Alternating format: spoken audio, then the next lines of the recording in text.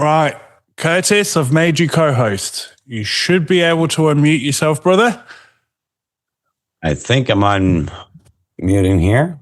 You're working. Yeah. And we can see you. Well, there we go. Shabbat shalom, everyone. How's everybody doing? I hope the series has been a blessing. Like I said, I was kind of thinking, do we need to revisit the practical on what it means to serve Messiah? But as I said, we've covered this since River Branch launched.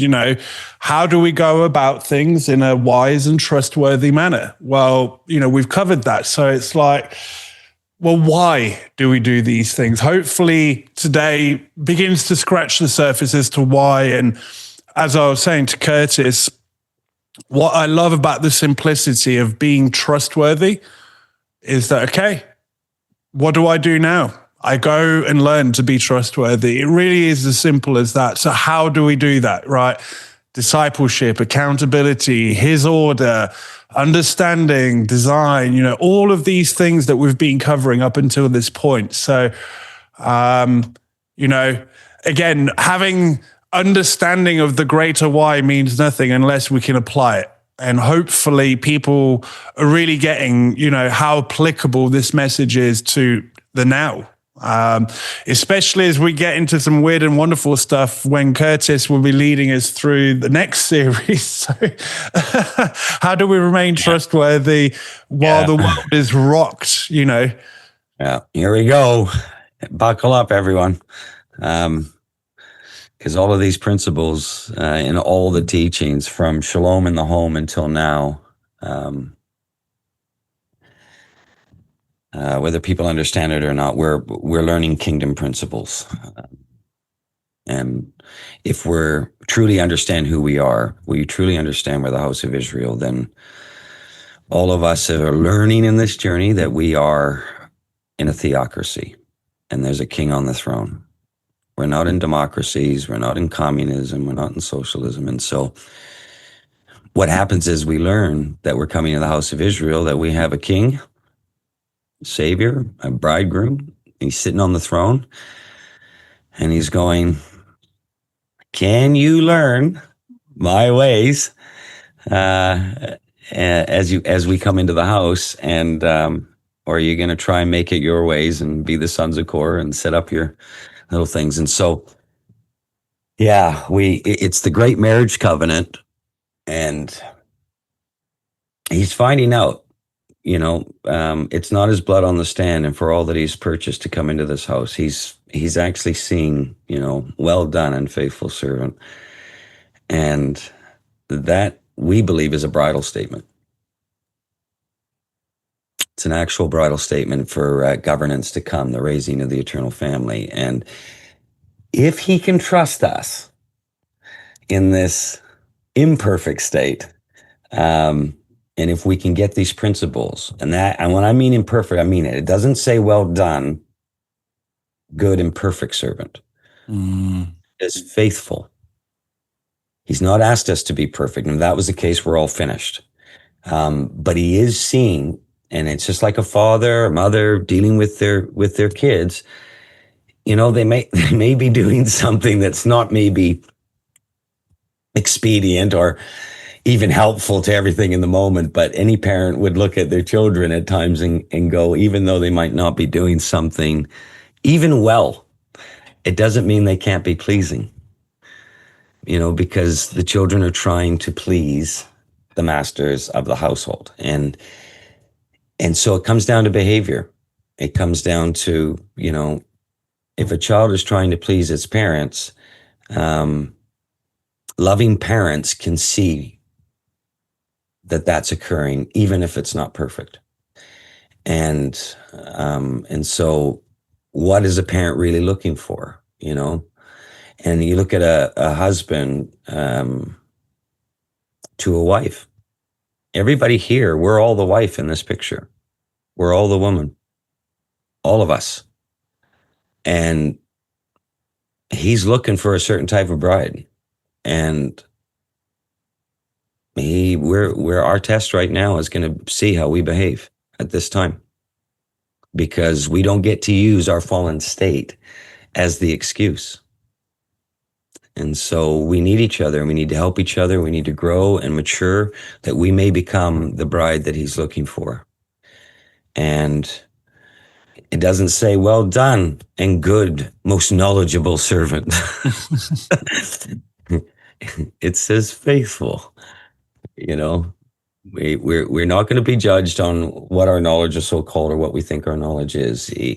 Have a work been done, and was it truly tested in a sovereign way? And that is where love truly comes in. I know I look at my own wife, and I look at her, and I don't go, well done, good and perfect wife. I look and I look at her, and I go, my goodness, well done. You're such a faithful bride. And she's pleasing, hopefully she looks at me the same way, that I'm a good bridegroom. But, it's this whole thing of there's a shadow picture built into everything we're living right now that's pointing to a much greater, weightier marriage covenant picture. And I know it's hard sometimes for the men to look at themselves as the bride of Messiah, but that's the picture. And so if you were truly looking to achieve or accomplish something in the great and final age of his plan of redemption, trust is learned. And so his blood's not on the stand, but whether we're trustworthy or not is going to be demonstrated in this time domain. And so how you treat each other, from your marriage covenant to your children, to each other's as brothers and sisters in the faith, how we do this as a community, it's all on the stand. And no matter how right someone thinks they are, or how wrong they think someone else is, how we go about living that reality in this state is being viewed right now by the King.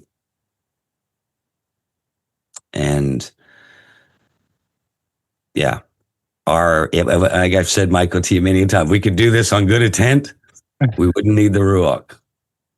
We wouldn't need his instructions for a household. In fact, you'd start to question, why do we need the time domain at all? And so we're all the proverbial sort of scenario being brought back into the house, and we're having to learn his ways and do the best that we can, and ensure that we have a loving but faithful environment. And so each and every one of us is being tested to our measure along the way. And don't think that he's looking at, well, in order to be faithful, I've, got to do this, this, and this, and this, and become the sons of Korah and all this kind of thing. Or, go the air or the way of Balaam and all these sorts of things. I learned many years ago, Curtis, get your own house in order. How do you actually expect to serve my house if your house isn't? And so many of you are facing that. As well. It's not just Michael or I, and it's not just a teaching, and it's not just, a wider community or somebody else, it's all of us. And so all of this stuff up until now is for that, because, we're going to look at some serious things coming, but we're going to look at it in the way that hopefully we should look at it, and in a healthy way, with hope, with understanding, and all these sorts of things, because all the things that we're talking about are going to be the only things that matter in the days ahead. Mm. And I don't know how else we're going to able to be a light if to Rome, which, by the way, is starting to get scared. It's starting to get freaked out. You ever notice everything's flip-flop now?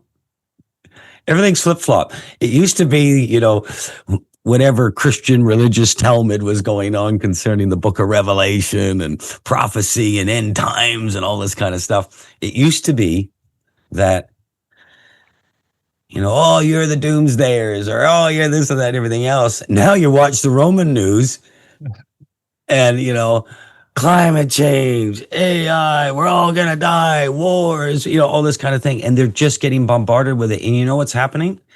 They don't live with the hope that we have, nor the understanding we have.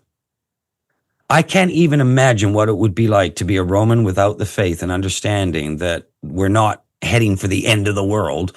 I can't imagine trying to process this world now anymore. This is how fast it's going.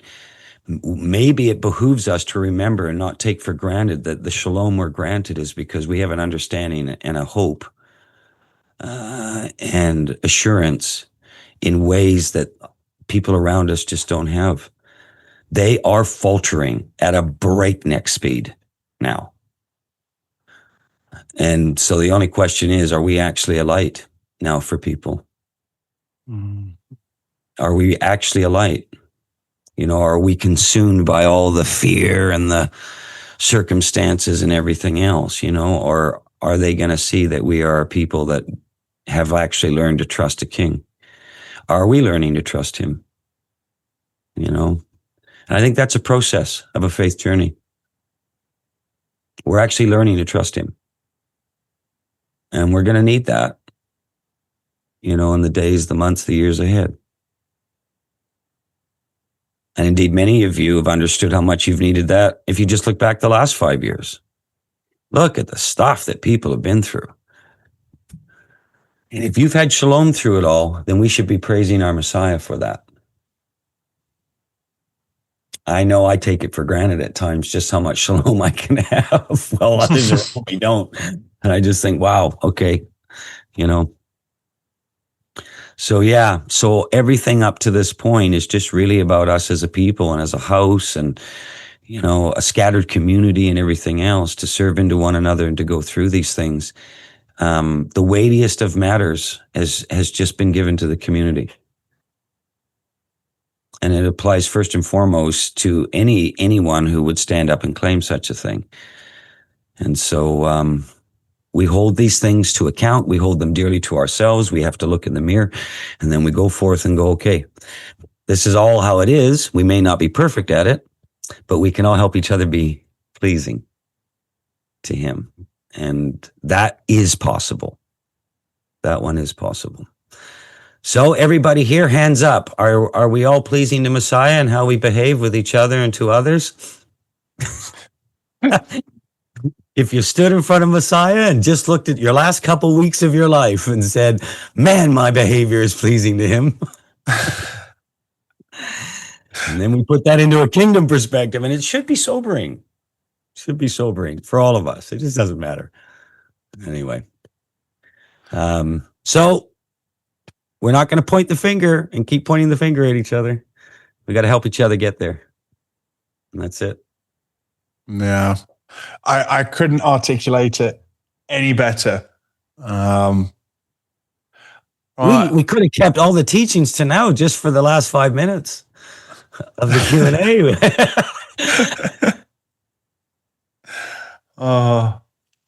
Right. I've got 3 hands up. I'll take you in order that you are on my screen, which means that Ezra, you're first. I was kind of hoping your question from last week would be answered in this, but hey, let's see. He's going to do it again. I could just stay muted and be like, oh yeah, I guess he's got his question answered, but it made more sense to me to say something. Do you remember the question? I wrote it down I don't know if you want me to read it or not.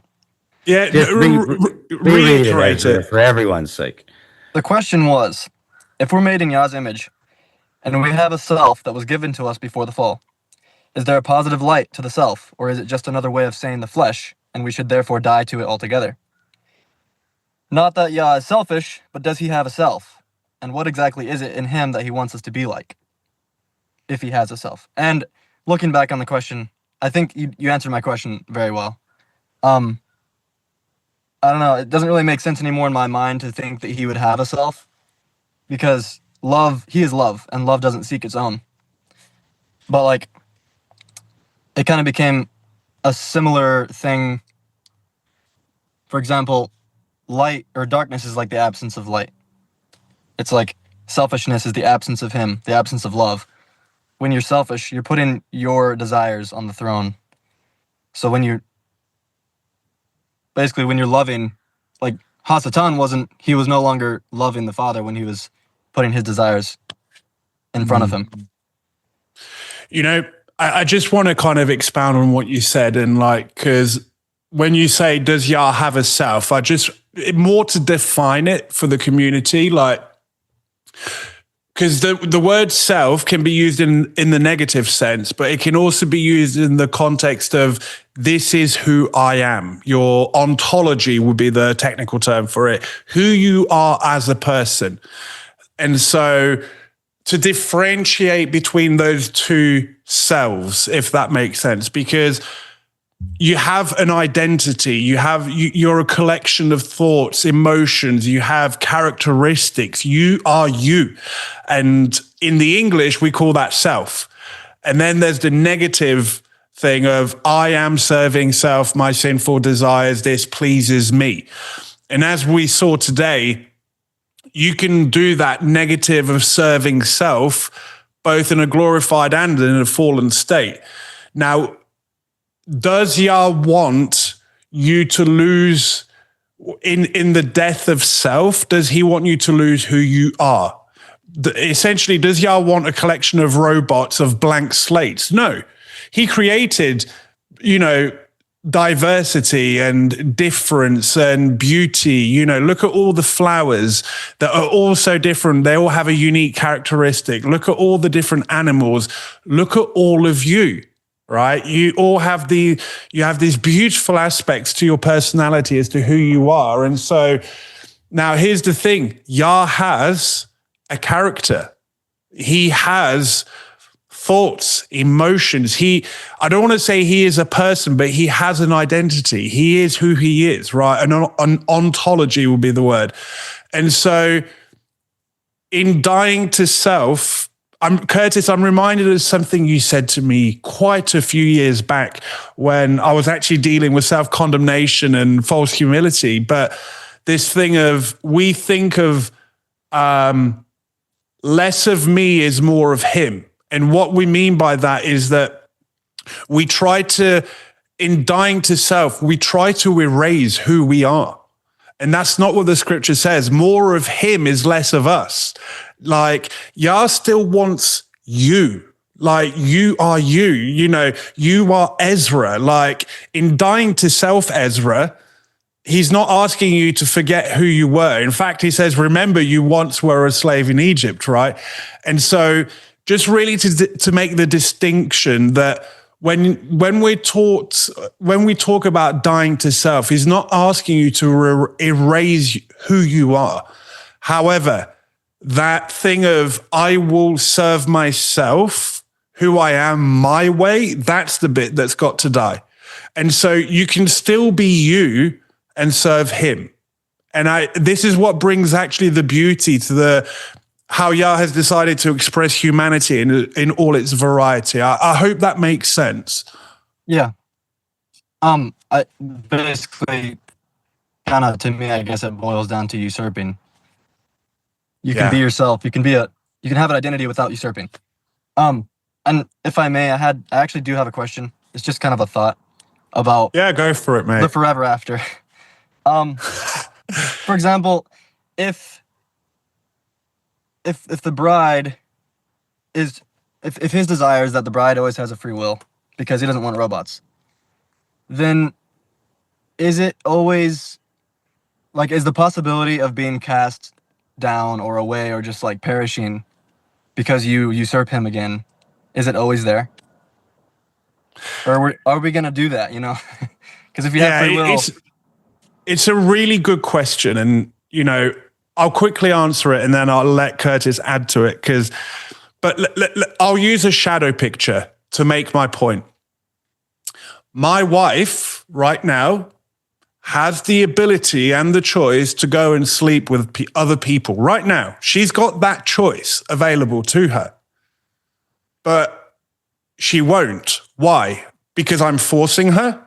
Because I've got her under the rod of male authority? Or is it because she loves me? Why would that thought even cross her mind? In fact, it doesn't. And so while she has the technical free will ability to go and sleep with other people, the thought does not cross her mind. Why? Because her love for me has been perfected, okay? In the same way, free will gives the technical ability to go do what the hell you want to do.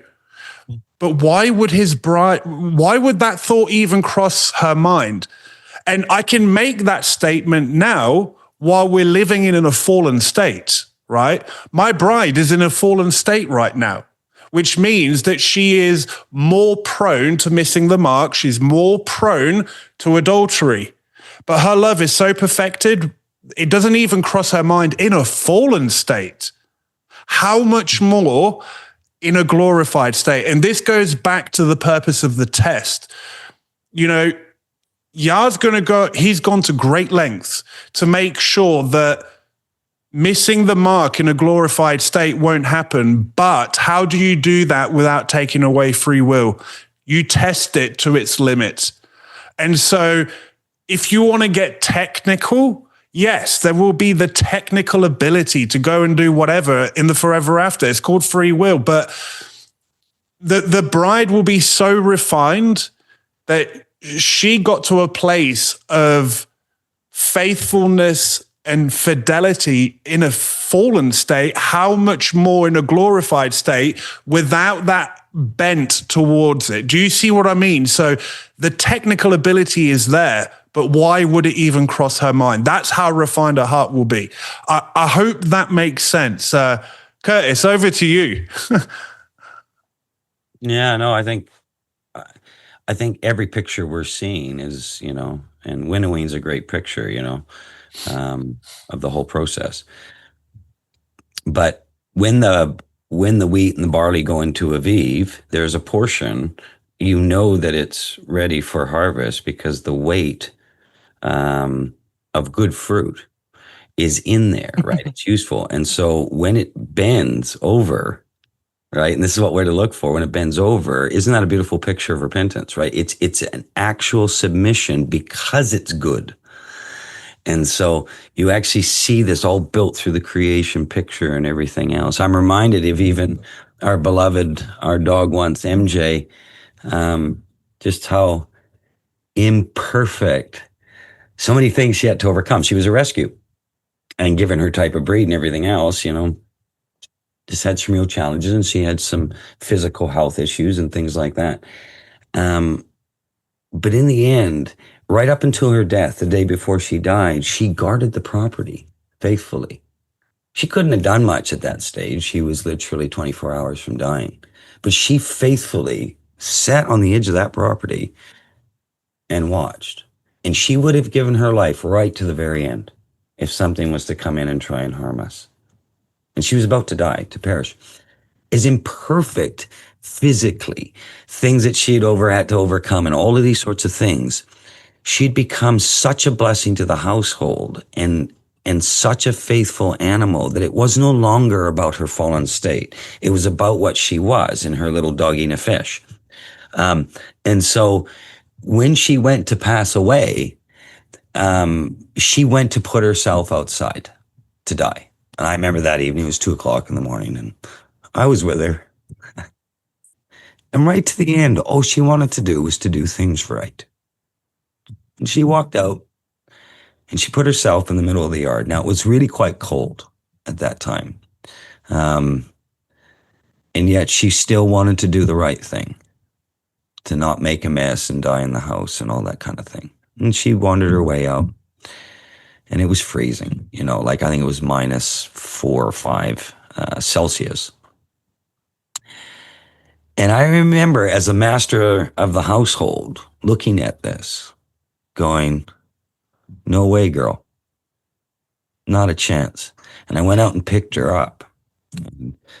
I had the fire going. I remember putting her on my lap. And I remember thinking, you're going to get honored here. You've done everything you possibly could have done and have overcome. And we're such a blessing to this household. And so, I got to be with her and she passed away. But she passed away by a warm fire with her master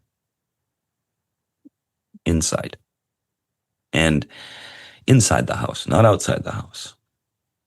And, I look at Shofar now, she's a beautiful, beautiful dog. She's had a lot of things that MJ never got. MJ was a rescue. She wasn't raised with the Torah. She didn't have all the advantages of that. Shofar was raised with discipleship, a Torah of a house. She's had everything given to her. And she is incredible. She is so pleasing just by her existence. I don't even know what she does wrong. I at least could tell you what MJ did wrong. I'm struggle to find out what this dog, does wrong. They're both pleasing in Pip and I's sight. Both of them are. And we love them both dearly. But MJ represented that element of overcoming from such a state, and how beautiful that picture was. And Shofar is the result of discipleship and being raised with the Torah right from the beginning. And the fruit of that is just evident. Would she give her life for us? I don't know. I gotta test it.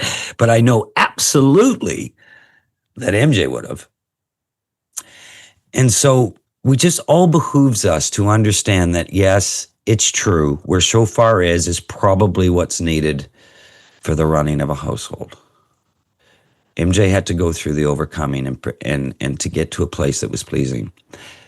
But there's no question she finished, because MJ helped disciple this dog of ours. And we see so much of her in her, and it was all the overcoming aspects of her.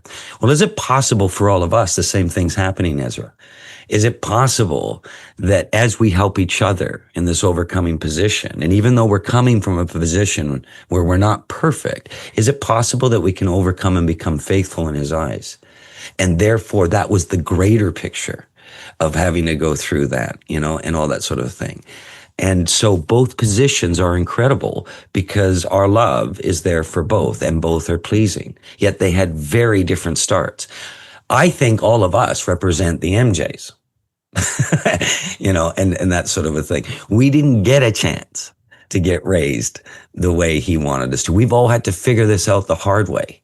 We've all had to go through this. We've all had to, but can we get to the state where the master takes us and lays us on his lap and says, no, you're in the house? Can we actually get to that place in his eyes? I believe we can, but we're not going to get there because we're constantly bashing up against the very things that help get us there. And so we have to contend with this thing called self. And whether this, I'm giving a little, shadow picture and in the doggy nefeshes, but when we look at it, and some of you, and we can do this with children, we can do this with our spouse, we can do everything in this great creation shadow picture to teach us this bigger principle. And we do have a loving Creator who's looking at us and has us in a test, and he's seeing who's going to do this. I never, ever in any of this look at the knowledge, and maybe many of you as parents, do you judge your children on how much they know or think they know? Is that what makes them pleasing to you? Do you judge your animals that way? Do you judge your spouse that way? Or is it possible that knowledge isn't the thing that determines whether we're pleasing? Is it actually how we are in the house? And can we be trusted with that one? Michael and I could take our knowledge and abuse people with it. Or we can take our knowledge and bless people with it. But at no time is this our house. And at no time is anybody that we're serving our people. And same for you, and same for everyone else. And so what are we going to do with what we've been given, and will it ultimately be pleasing? And all the messages, and certainly the last series that Michael's been taking us through, it is pointing to this greater, weightier matter. And in Michael and I's conversation, this Shabbat it really is this simple, but it's deep and it's not easy. We are contending with a true test.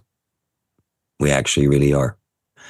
And what we're going to do with it, each and every one of us, to him, to each other, and all around us is going to be viewed by our righteous King. And he's going to go, you are my bride, or you're not. And so,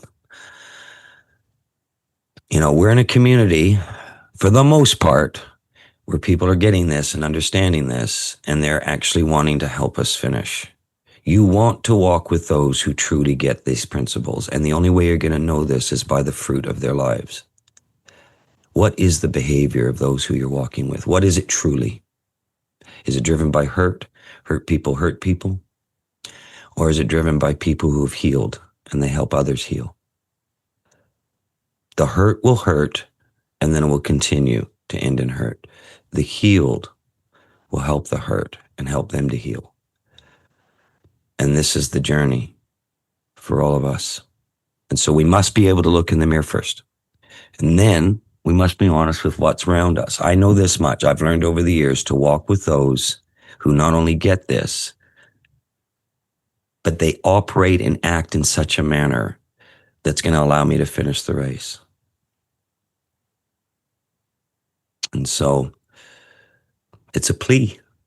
It's a plea, Ezra, from our King to all of us, and I think the well done, good and faithful servant is an absolute statement of the bride. Just the way I could look at it, our children, our animals, our spouse, are they pleasing? Because that you can trust in the house. Not are they perfect, or not do they have all knowledge. Are they actually pleasing in his sight? And apparently there's a whole angelic host messenger around Michael that's learning as they view this. And love's going to get perfected through it. And so what the great classroom, the great test, and it's actually really quite beautiful, but it's not easy. Wasn't meant to be. So, and all of you have been through much in your lives, and you've had to be challenged with this, our pride, our ignorance, our circumstances, our labor, our pain, our hurt. You've all had to go through this. Don't diminish someone else's journey by your behavior, your bad behavior. Get to know them and value it. Learn it and help them overcome. But don't diminish your brothers and sisters. You have a King that isn't. Your journey is your journey. It will be accountable to him. And that implies for all of us. So we're all a bunch of imperfect people having to learn how to live together in the house. But if we can't do that basic, I don't think he plans on having a poorly run house in the age to come. Well, thank you very much. I really appreciate the answers and your sound counsel and wisdom. I can appreciate that. Curtis, I was gonna say I feel your pain about your dog, MJ, and I'm sure that if you could ask her, she'd say she had a great master.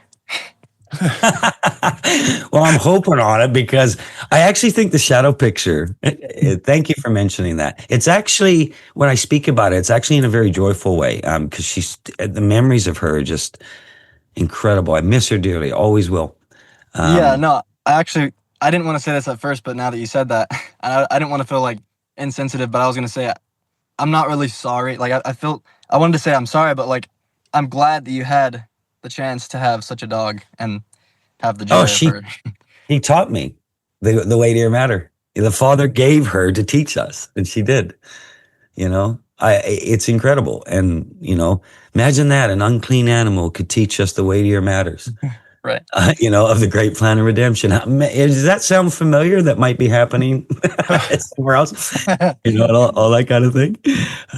But yeah, no, I appreciate that. And yeah, it's just, I just mention it because most of us can appreciate. I use the animal thing because sometimes going elsewhere can be really difficult for people, And so I use that as a way to help us get it. And yeah, but I do think the shadow picture, you know how a dog, does anybody here has ever owned a dog? You know, I'm not picking on cats. I know there's cat people here. They're beautiful too, but you know, dogs have an interesting way of interacting. But I believe there's an interesting shadow picture going on here, because nowhere does it say that the animals go to Sheol in Scripture. We actually can't assume that. In fact, they're here because apparently of what we've done. They're paying the price and having some time in the time domain for our sake. And all of creation is paying the price of this. And it's a really interesting thought, but I do every now and then have that thought of that shadow picture, and I'd come home and how, no matter what was going on, no matter how good or bad my day was, or hers, or whatever else it was, just she was so glad to see me, you know, and Pip and everything else, just constantly just loved no matter what, you know. And I could be wonderfully dressed coming in, or I could just look like a sack of potatoes. It mattered not. And I wonder if that is a shadow picture, that when we're raised from Sheol, is it possible that she's in a place I'm not now? He created all. Is it possible that she greets us in the ultimate moment, that she will actually greet us once again? And what I've been living the whole time with her was actually the Father going, just see it. Just see it. She's going to be real glad when you come home, Curtis. That doesn't mean that she's not home right now. It's really interesting. And so I might have been seeing a shadow picture of the whole thing. Maybe she's actually waiting for me now to come home. And I saw that many a time in the shadow picture over the course of her life. She was waiting for me to come home, you know? And is that happening in a greater way? I don't know for sure. But I do know the thought has helped teach me a lot of things and understanding. So thanks for mentioning that. Yeah. Yeah. Who would have thought an unclean animal could have taught me how to appreciate a greater weight or spiritual picture, you know? But they do. Well, thank you, Ezra, for the questions. Fantastic questions. Right. I'm going to go with next in the firing line, Brenda.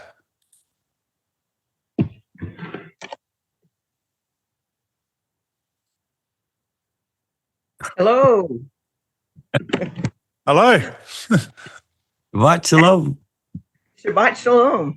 Actually, my question goes right along with Ezra's. He went to eternity.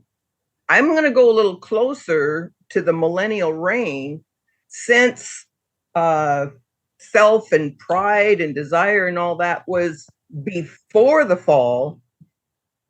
Could the reason of the millennial reign be to be the final sifting of whether we will fall when we get there, if that makes sense? Let's see. How did I write that? We get it. Okay. Question. It's a good question. Yeah. I'll go back to what I said to Ezra, actually, like, the bride will have overcome a position from a fallen state. And so put her in a glorified state, the thought wouldn't even cross her mind. And so in the millennial reign, we know the bridal governance is in a glorified state. So again, why would the thought even cross her mind? In fact, the fact she's there, Yah has gone, she's overcome. She's worthy to sit here because she has overcome. Not worthy through perfection, but worthy through overcoming, if that makes sense. Like she's arrived to a degree, if you know what I mean. She's there because she got there in the end. And so I don't see the millennial reign personally as a final testing for the bride. I see it as the millennial reign is actually the final testing for the rest of humankind that is in a mortal state, because we know that there will still be mortal people in the millennial reign. However, there needs to be an administration to help oversee that, enter in the bridal governance. And so the final sifting, the millennial reign is not the final sifting for the bride. She's been sifted in the first 6 days of the plan of redemption, and she's overcome. That millennial reign is for the rest of humankind. And, again, what's the purpose of this? Because right now we're experiencing the chance to overcome when things are absolutely terrible, in the sense of no righteous government. The Torah is not going forth from Zion. Look around. It's terrible. But with the millennial reign, it's as close to perfect as you can get with a fallen state in play, and yet there's still a rebellion. It's like you're getting the two extremes just before the millennial reign, and then with the start of the millennial reign, you've literally got the two extremes. If things are really bad, things are bad. If things are really good, things are still bad, and so that's the way I personally view the millennial reign. I don't know what you want to add to that, Curtis. No, I think the bridal selection's a harder period. We've had 6,000 years of betrothal. I don't think if to my mind, it makes perfect sense. But what about? What's that? What about the government? Could the people that were in the governing section, like Korah and Haman, be tested to the point of falling away? Yeah, well, in fact, actually, the sons of Korah is a great example, because they tried to take the priesthood. And apparently, we're going to see quite a rebellion when Hasatan is allowed once again to do the final sifting at the end of the final reign. So there may be people that want to take the priesthood, and so we may see a sons of Korah on a great level occur. Right, we get the little shadow pictures and whatnot. But if I'm to take Scripture seriously and at least intellectually honestly, it's actually going to say we are going to see a massive sons of Korah attempt to take place. It just appears that Elohim, as the way he dealt with the sons of Korah, doesn't tolerate it, and that's it. They're gone, and so I dare say that's exactly what you're going to see come out of this period. For a final sifting. Absolutely. Is that a bridal sifting? No. The sons of Korah were never considered in the place of Moshe or the true priesthood before Elohim. They just considered themselves that they should be there, and that's what and so we need to, somebody might consider, well, I should be the bride and they're not. And then, even the disciples, were having the arguments, who's the greatest in the kingdom and all this kind of thing. And I think we just need to get to a point. Can we actually help each other overcome and become pleasing to him? Because if we don't get to that basic, how can we possibly be expected to be selected for a governance position, right? And so the rebellion at the end of the millennial reign, and my personal feel is they're going to be jealous, just like the sons of Korah, that they weren't the ones ruling and reigning, and we see it today all the time. People get, well, I think I should do that, or I should be the teacher, or I should, and it's like, okay, all right. But know this, you go and take something that's not yours or try to, you better hope what you're trying to take that away from is not from Elohim, because it never ends well, and that's what Scripture's showing us. It doesn't end well, to do this. He's the king, he's the bridegroom, he gets to decide, what's pleasing to him and what isn't. And I think the important distinction to make here is that anyone that's in that position of governance will have been tested already. Sure. Hence the first 6,000 years. Anyone that's not made the cut, so to speak, they're not going to be in a position of governance. So when I see this rebellion, this great final sifting, I do not see it coming from the government. Those in government have already gone through the test. This goes back to what I was saying.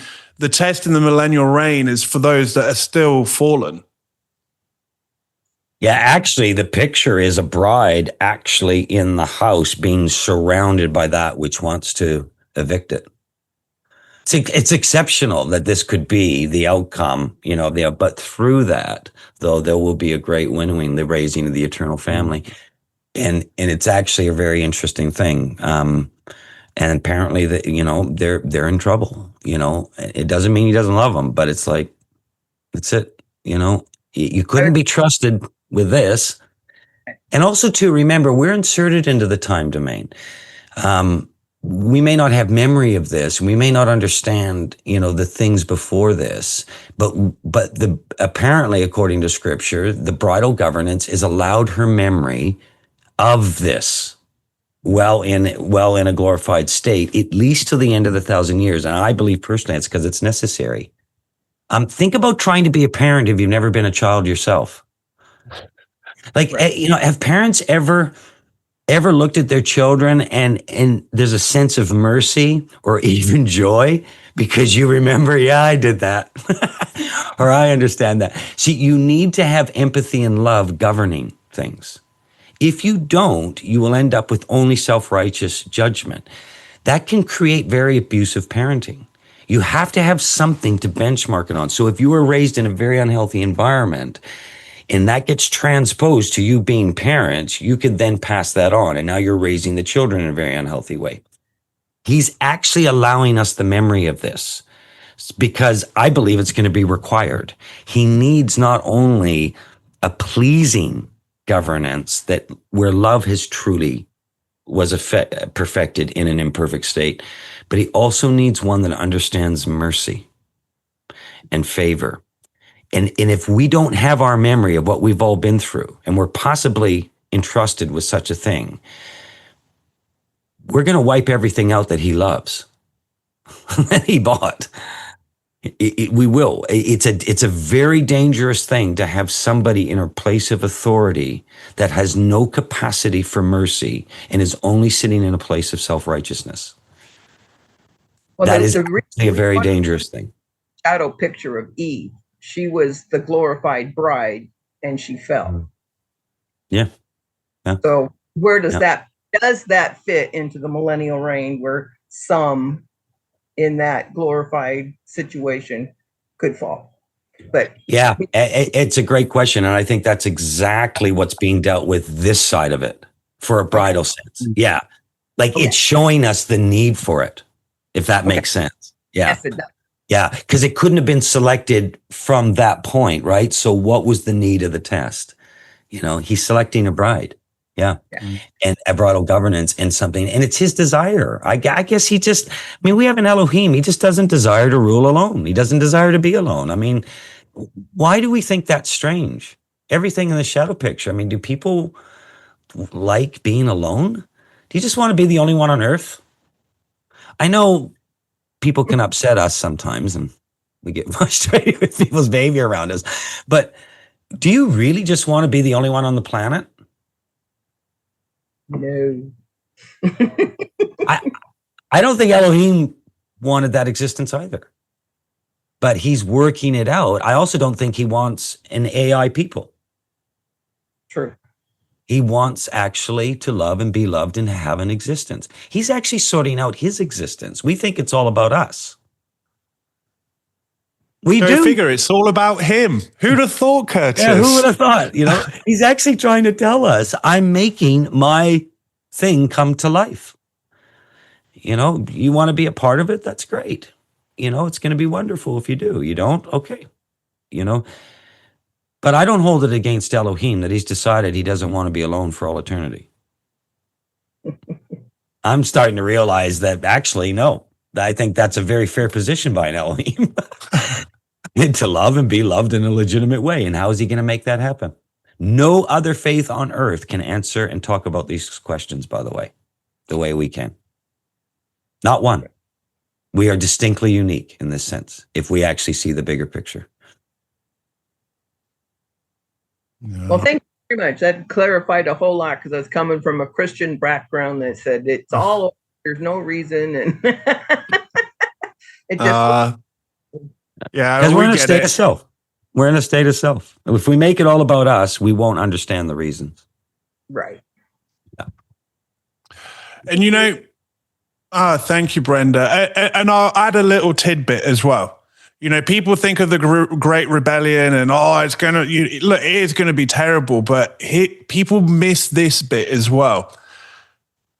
when the final judgment occurs, so we're talking after the millennial reign, the bride's been selected for 1,000 years. There's already been the first resurrection. It says there's another judgment, the great white throne judgment. There's a very interesting statement. It says the book of life was opened. And so, because one of the questions I get is, does anyone in the millennial reign make it?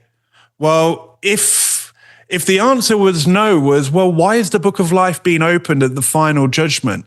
So yes, there will be a great rebellion coming from the mortal seed pool, but this is the bit people miss. There may actually, yet again, will there be a remnant? This is what we see. Because when I read Revelation, there's actually a book of life being opened at that final judgment too.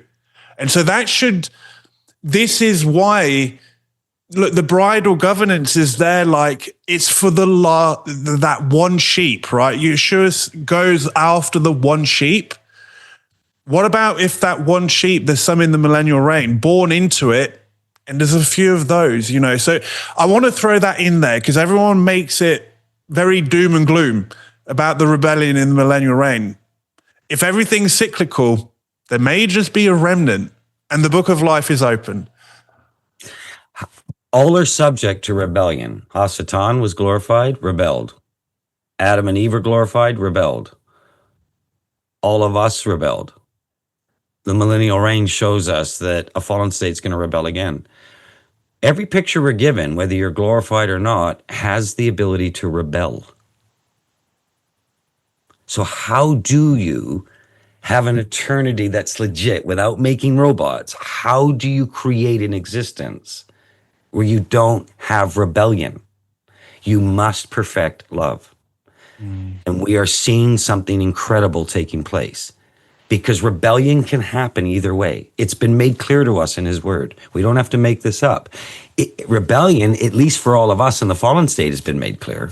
I hope we can all admit that. So we're not arguing whether rebellion's in this picture. Neither, I believe, is Elohim. What he's saying is, how do I live in eternal existence and have legitimate, real love if rebellion is always possible? And so he did something. Solomon might have called this, he opened the book of the test. The way it's given to us in the English translation is the book of life. Whatever the case may be, but it's being done for a reason. And that reason isn't so he can sit there as a capricious God going, you will go to hell and suffer. We're just misrepresenting this. It's not what the word is saying. It just isn't. This is actually an incredible, beautiful covenant picture that involves rebellion and fallen states and unfallen states. It really is as simple as Elohim asking, can I trust you? That's the simplicity in Messiah. Can I trust you? It's a deep question. That's all he's looking for. Can I trust you? And what is trust without love? Do we really believe we can have true trust without love? What was a glorified Messiah to a repentant Peter's words? Peter, do you want more knowledge? Do you want more knowledge? Do you want more knowledge? Peter, do you want to be more obedient? Do you want to be more obedient? Do you want to be more obedient? What did he actually say when Peter actually was in a place of teshuvah from his denial? There was only one thing a glorified Messiah was interested in. Do you love me? That was it. And those words should be resonated to any of us that get into a place of repentance. That's all he's finding out. It's what matters to him. He is love, and he's finding out. We got to get this. He did not question anything else in regards to Peter and his great moment of repentance. Man, that should speak volumes to us. What do we do to each other? Everything but. I look at the behavior of brothers and sisters to each other, and I just wonder, could you say those words to each other? Can we say it to our spouses? Can we say it to our children? Can we say it to those we're in discipleship with? Can we say it to each other as a community on the screen? Is it real?